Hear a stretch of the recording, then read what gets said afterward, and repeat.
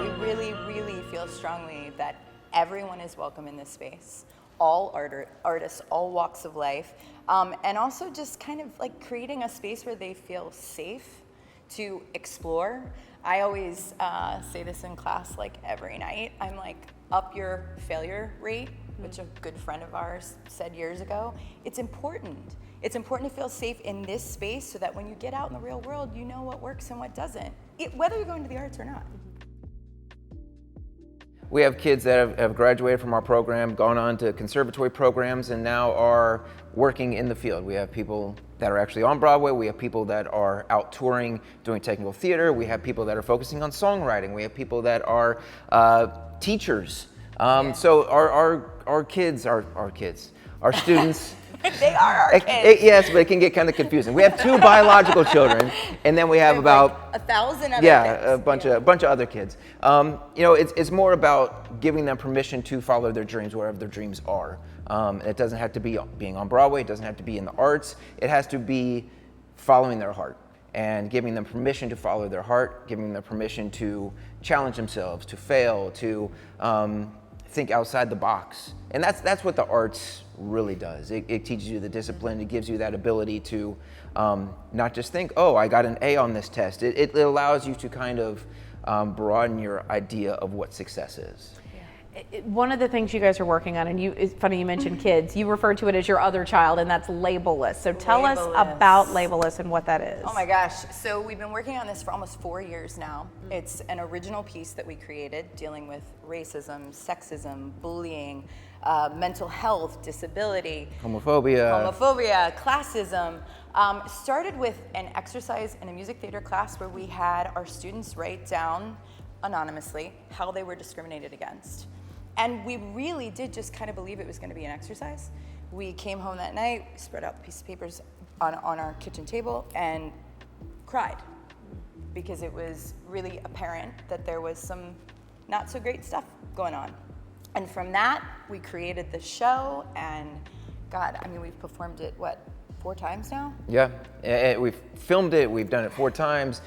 We did it at the OTR Film Festival back in 2018. It really was just about empathy, like write down a way that you feel discriminated against, and then we can kind of talk about it so we can find empathy. Because as performers, you need to be able to be empathetic. And from there, it really, like she said, just kind of snowballed into this thing where we realized that a lot of the issues that we felt were like, oh, on the back burner or in the past, just a rearview mirror, are still very real and present to a lot of people. Whether they are present in our lives doesn't mean that they don't still exist. Yeah, it's a constantly evolving thing. And for us as, kind of the parents of this child, to know when to let it sit and when to keep evolving with it, and when to creating and adding new numbers. And yeah, I struggle with that a little bit. It's like, when do we leave it alone and just take it out to the public, or when do I just continue to keep tweaking it? It really, we feel so strongly about it. It creates that dialogue. It creates those conversations around the kitchen table that I think are important in families and in communities. So we are hoping to get it out again in August here in Cincinnati, with the help of our friends at Brave Berlin, Kristen Schlottman, the film commissioner. So we are very excited to have this amazing creative team to help get it off the ground. What has been the reaction, not just from audiences, but also from the performers themselves to Labelless? Oh, wow. It's connected to it. Yeah, it's become a passion project for all of them. Like, they are passing up other jobs to try and be available for this. They are saying, all right, when do I need to let my professors in college know that I need to miss so I can make sure I'm back for it? And it really is, it's a living, breathing thing, because it is their stories. It isn't some hypothetical scenario. It's not some fictional play that's been, adapted from a novel. These are real life people dealing with real life scenarios, and they are their stories. And I think that's very important too, because it's their stories. They then work with Drew, and Drew then tweaks it and rewrites. And so as you can imagine, there are 20 million drafts of each piece.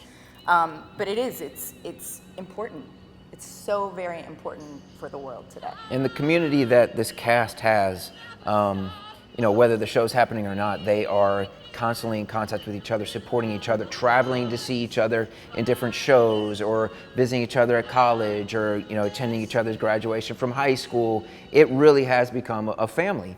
And the safe space that this show creates, it's kind of a juxtaposition, because when they're performing the show, they're at their most vulnerable. They are bearing their souls, and they are letting the public into their lives and their stories. But at the same time, they are the safest, because they are built into this community that supports them and loves them and will nurture them and help lift them up when they fall. So I think, you know, you asked what they get out of it. I mean, I think they get that sense of family, which is probably the biggest joy that we can have in our lives, is to offer that and be a part of that. What is next for Lachey Arts?